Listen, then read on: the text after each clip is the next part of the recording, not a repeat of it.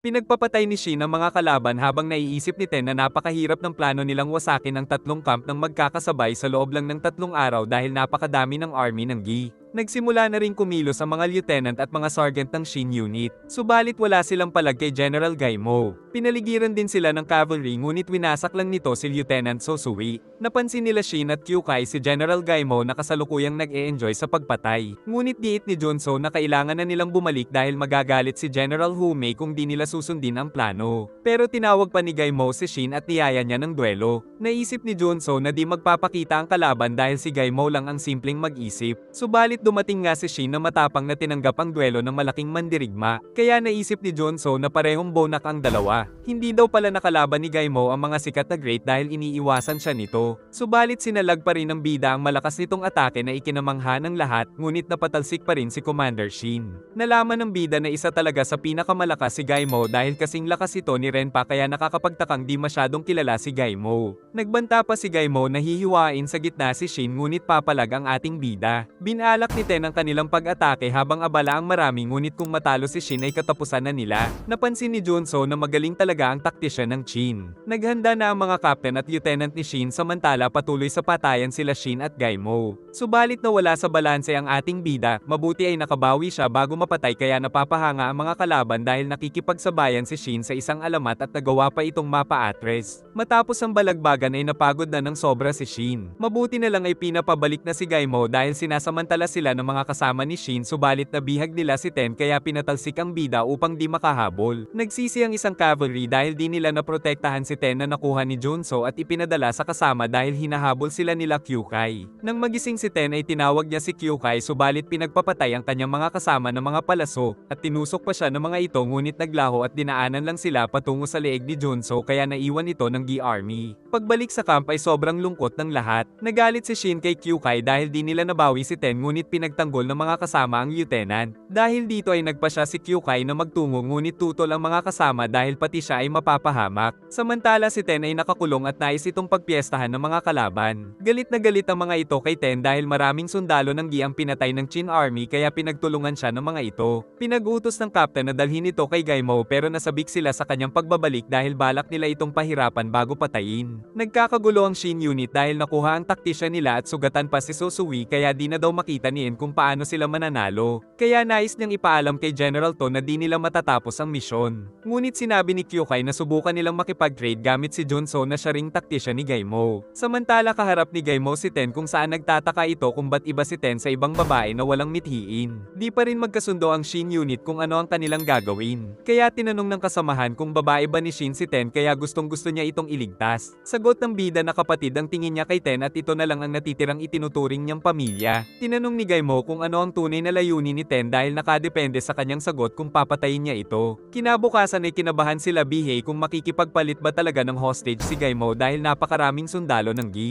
Kalaunan ay nakita nila si Ten pero naisip ng mga kasama na may patibong si Gaimo. Naglakad na rin si Junso pabalik sa kanyang master. Kagabi ay sinagot ni Ten na nais niyang makitang matupad ang mga pangarap ni Shin at nais niyang lumigaya kasama ito. Dahil nalaman ni Gaimo na pangbabae pa rin ang kagustuhan ni Ten ay nais na siya nitong palayain. Isa pa ay nahihirapan din daw siyang wala doon si Junso. Dahil dito ay nangyari ang palitan ng hostage ng walang aberya. Pagkasakay kay Shin ay naisip ni Ten ang mga oras na nawala sa kanila kaya kailangan niyang makabawi. Pagkatapos nito ay nagbalik sa posisyon ang magkabilang panig. Samantala patuloy ang pagkitil at pagsugod nila Ohan. Kasama rin nila ang battalion commander na si Konjo na may kahanga-hanga ding galing pero iniiwasan daw na sagutin ang tanong kung ba't siya pinadala ni Osen. Nag-report ang mga kasama sa pagsugod ng Gyokuho Force subalit di na bahala si Gohumei dahil ang nakabantay doon ay si Ershi. Dumating ang mga chariot ng Gi na sinagupa ang formation ng Gyokuho Force. Kaya pinag-utos ni Ohan na paligiran at tapusin ang mga kariton. Subalit inatake naman ng Gi Cavalry ang infantry na naiwan nila. Nagpakita na rin si Fire Dragon of Gi na si Ershi na sinagasaan ng infantry unit ng Shin kaya dumating ang army reserve nila subalit pinagbubutas lang ni Ershi ang marami sa mga ito. Subalit si Konjo ay nakita ang kanilang strategy kaya sumugod ito mula sa likod ng Gi Army. Nagpatuloy ang walang hanggang patayan at pinakita rin ni Konjo ang kanyang lakas. Ngunit nang makita na may paparating ay pinag-utos ni Konjo na huminto.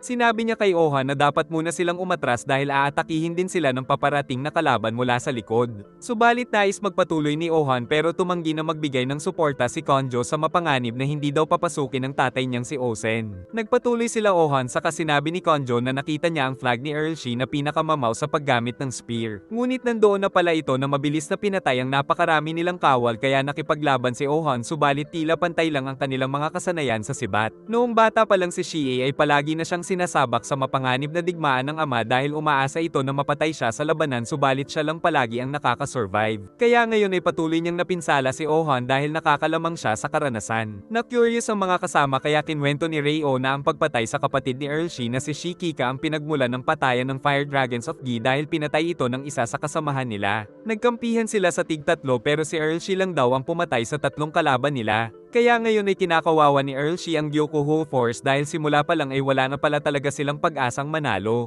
Pinag-utos ni Ohan na umatras muna sila pero siya ay nais munang pagurin si Earl Shi. Sa nakaraan naman ay ipinakitang higit pa sa magkapatid ang relasyon nila Shikika at Shie. Mula daw nang mamatay ang magkaibang ina ng dalawa mula sa COVID ay pinabayaan na sila kaya matinding pagtitiis ang pinagdaanan ng dalawa. Ngunit sa kabila nito ay inalagaan nila ang isa't isa na siyang dahilan kaya nagkapalagayan sila ng loob. Subalit isang kahihiyan para sa kanyang ama ang kanilang relasyon ngunit handa daw na mag-quit si Earl Shi sa kanyang natamong Fire Dragon title upang maging asawa lang niya si Shikika. Subalit habang nasa digmaan siya ay nabalita na ikinasal na si Shikika sa isa pang Fire Dragon na si Tairoji na kagagawan pala ng kanilang ama.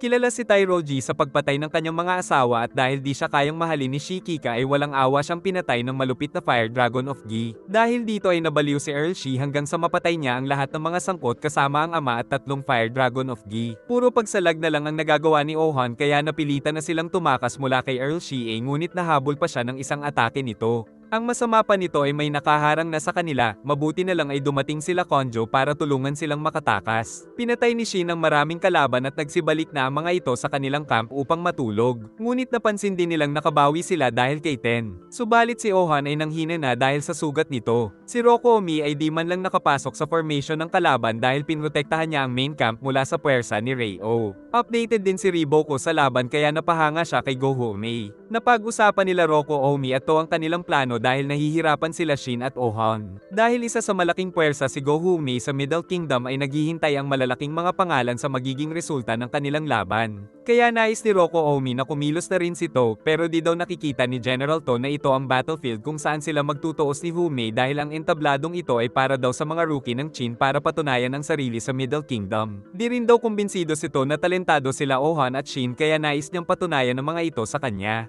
Nagsisi si Shin dahil sinisi niya si Kyukai noong makidnap si Ten. Ngunit pinag-usapan na nila ang kakailanganing strategy upang maisagawa nila ang plano na naisip ni Ohan. Kaya naisip din ni Ten na kung magawa nilang manalo ay makikilala sila sa buong Middle Kingdom kaya unang hakbang ito upang maging isang great general. Samantala ay pinatawag ni Ohan si Konjo para sabihin ng strategy. Di makapaniwala ang mga kasama sa sugal na strategy na naisip ni Ten ngunit nagpa siya na si Shin. Walang ideya sila Shohei-kun sa nangyayari dahil walang masyadong balita ang dumarating. Patuloy ang pag-atake ni Shin kaya tinulungan siya ni Kyukai dahil kailangan niyang magtipid ng lakas upang kalabanin si Gaimo. Samantala si Junso ay naghihintay ng timing kung kailan niya palalabanin si Gaimo. Napagtanto nila na magaling na tactician si Junso dahil sa posisyon ng army nito. Ito ang dahilan kung ba't pumayag si Gaimo na makipagpalit ng hostage. Kalaunan ay nagbigay na si Ten ng hudyat na magsimula sa kanilang plano. Ngunit nang makita ni Junso ay nag-adapt siya sa strategy kaya napatay ang maraming Shin unit at nagkaroon ng mahigpit na labanan. Pinasugod na rin ni Rei-Oh si Ranbi Haku. Nag-alala ang mga kasama nito ngunit nagtitiwala ang general sa plano ni Ohan. Samantala sumabak na rin sa labanan ng grupo nila Konju. Nakaraang gabi ay napagplanuhan nila na haharap ang 1,000 unit ni Konju sa 5,000 unit ng kalaban sa gitna ng battlefield habang si Ohan ay magtatago sa likod nila hanggang di nagpapakita si Earl Shi. Dahil nahihirapan ng center force nila ay sumugod na si Earl Shi. Kaya pinag-utos ni Konjo na maghanda sa pagsugod dito. Samantala nagkaharap na muli sila Shin at Gaimo.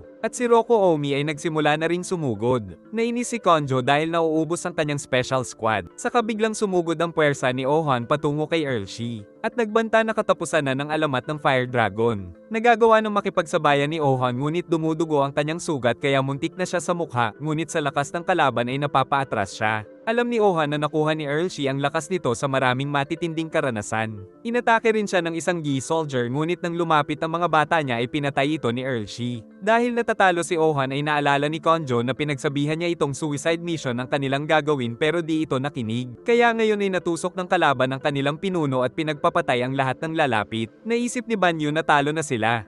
Ngunit di pa sumusuko si Ohan kahit magsuka pa siya ng dugo dahil ito ang laban na alam niyang magpapataas sa kanyang pangalan. At nang sumugod na ang kalaban ay nagawa ni Ohan na makakonekta ng mga atake kaya nasusugatan niya na ito. Di makapaniwala si Banyu na magagawang matutunan ng master ang paraan ng pag-atake ni Earlshi sa napakaikling panahon. Naisip ni Banyu na ang mga pagsasanay ni Ohan sa tulong na rin ng amang si Osen ay nagbubunga na ngayon. Dahil sa wakas ay nakita niya na ang pattern sa mga atake ni Earlshi kaya may pag-asa na silang manalo. Patuloy rin ang pag-atake nila Shin at Gaimo kasabay ng pagalingan nila Earlshi at Ohan sa sibat subalit malala na ang tama niya sa katawan. Ngunit alam daw ni Ohan na may pag-asa siyang manalo dahil napansin niya sa mga kilos ni Earlshi na di nito pinoprotektahan ang kanyang mga vital spot dahil mula nung nawala ang kapatid ay wala na siyang ganang mabuhay. Kaya kahit mapinsala ay nagpatuloy si Ohan hanggang sa tamaan ang vital spot ng kalaban. Kung saan naalala nito ang mahal na kapatid bago siya tuluyang mapatay ng Young Lord na siyang ipinagbunyi ng Gyokuho Force. Samantala di makapaniwala ang Gi soldiers at si Ohan ay inalalayan ni Banyu sa kapinag-utos ni Konjo na ibalita sa mga kasama ang pagwawagi ng kanilang master. At sa kabila nito ay nagpatuloy pa rin si Ohan sa kanyang plano. Wala pa ring tigil ang patayan nila Shin ngunit natatalo na siya sa lakas nito. Naisip ni Junso na may darating pang unit upang maambush nila Shin si Gaimo kaya naisip niyang maghanda ng matibay niyang defense unit. Subalit sa flashback ay si Humei ang tunay na target ng Shin unit. Nagbigay na ng signal si Ten kaya pinag-utos ni Kyukai sa kanyang unit na sumugod sa main camp ng Gi na ipinagtaka ni Junso dahil bantay sarado din ang headquarters nila pero nagpadala pa rin siya ng 500 na cavalry kay Kyukai at pinasugod ang infantry kina Shin kaya isang himala na lang ang kailangan para makatakas pa sila Shin. Nagpatuloy ang pag-corner sa kinaroroonan ni Shin. Kagabi ay nag-usap na pala silang gawing paain upang makarating sa headquarters si Kyukai at mapatay si Go-Humei subalit walang kasiguraduhan na makatakas pa sila dahil ngayon ay napaligiran na sila ng mga sundalo ng Gi. Noong hindi na alam ni Ten ang gagawin ay bigla namang dumating ang army ni Ryokoko upang tulungang makatakas sila Shin at di rin ito inaasahan ni Junso. Dahil kagabi ay nag-request pala si Ten ng tulong kay Ryokoko pero di niya alam kung tutulong ito dahil may sarili din silang laban. Nagpatuloy sila sa pagpatay upang makarating sa gitna kung nasaan sila Shin. Nakatanggap si Gaimo ng utos mula kay Junso na umatras dahil sa panganib ng bagong dumating na Shin army. Ngunit sinabi muna ni Shin ang naisip niyang hindi iniwasan nila Oki si Gaimo kundi hindi siya nito nakikitang isang banta. Giit ni Gaimo na sila ay mga hangal dahil sa kanilang mga pangarap dahil ang meron lang sa battlefield ay tanging patayan na hindi sinang-ayunan ni Shin. Saka tumakas si Gaimo ngunit sinundan siya ng Ryokoko army. Ipinag-utos naman ni Shin na maghanda patungo sa headquarters ng Gi na ikinatakot ng mga kasama. Malapit na sila Ohan at paparating na rin ng Roko Omi army sa headquarters. Sila Kyukai ay lumaban na sa unang bantay sa headquarters ng Gi hanggang sa matanaw na nila ang kinaroroonan ni Humei. Nagpanik ang mga ito sa magkakasabay na pag-atake ng Shin sa tatlong direksyon. Kung saan napagtanto ni Go-Humei na planado ang lahat ng ito at kasalanan niya rin na mag-assume na sila to ang sasalakay sa kanila. Alam niyang wala na silang magagawa dahil sira na rin ang komunikasyon at formation nila at paparating na rin sila Shin. Nagsimula ang malagim na pagsugod ng Gyokuho Force at Roko Omi Army. Samantala lumusot mag-isa si Kyukai ngunit biglang naglaho at pinagpapatay ang kawawang mga sundalo. Unang nakarating si Kyukai na binastos lang ang kanilang mga bantay hanggang sa pagpapatayin niya ang mga tao sa camp. Tapos tuluyan na rin niyang pinatay si Go-Humei. Pero alam ng lieutenant na isa itong fake dahil sa reaksyon ng kasama nito. At napagtanto na ito ang nakita niya kanina. Ngunit ibabalita pa rin nila ang tagumpay na pag-capture sa main camp ng Gi upang magpataas ng moral sa kanilang mga sundalo. Tapos nakita ni Shin ang isang tumatakas na hukbo ng Gi na walang iba kundi ang tunay na commanding General Go-Humei at sinalubong ito ni General Rei-Oh. Giit ni Rei-Oh na pwede pa silang manalo kung papasugudin nila si General Ranbi Hako sa To Army na malamang ay wala ng reserve unit. Subalit biglang lumabas si Shin para tapusin sila.